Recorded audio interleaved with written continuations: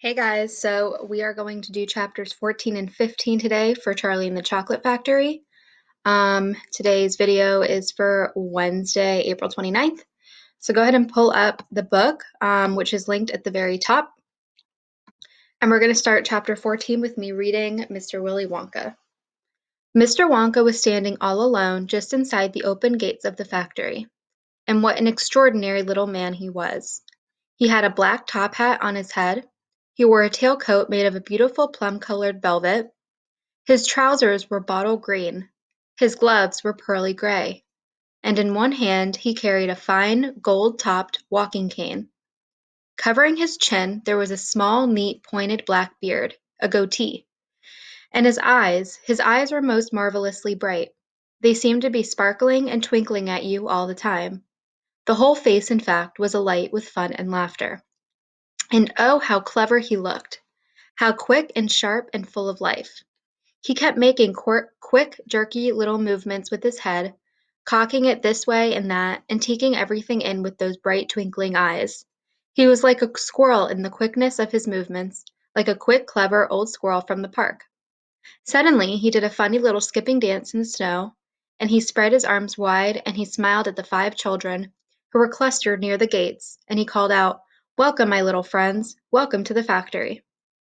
His voice was high and fluty. "Will you come forward one at a time, please," he called out, "and bring your parents. Then show me your golden ticket and give me your name. Who's first?" The big fat boy stepped up. "I'm Augustus Gloop," he said. "Augustus!" cried Mr. Wonka, seizing his hand and pumping it up and down with terrific force.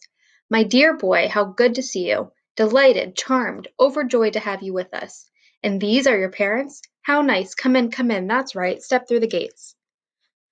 Mr. Wonka was clearly just as excited as everybody else. "My name," said the next child to go forward, "is Veruca Salt."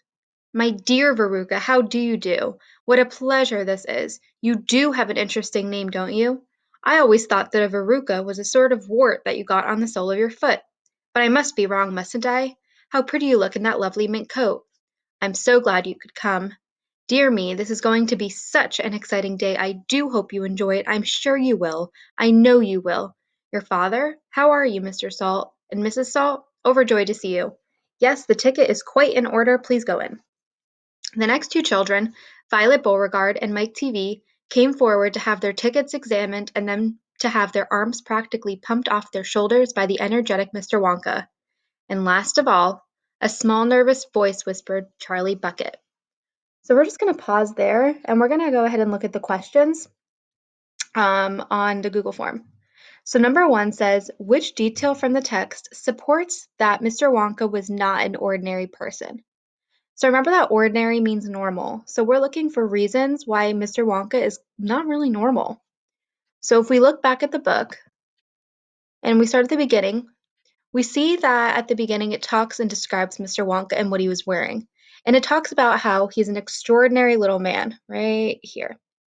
So extraordinary is kind of what it looks like, extraordinary. He's definitely not normal. So it talks about his clothes, which are kind of not what you would expect somebody to wear.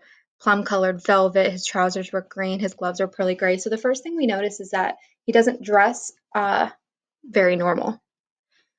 And then we see that he has a goatee and his eyes are bright and his face was alight with fun and laughter. And how clever he looked, how quick and sharp and full of life. He kept making quick, jerky little movements with his head, cocking it this way and that and taking in everything. So we see over and over again that he's very quick, very jerky.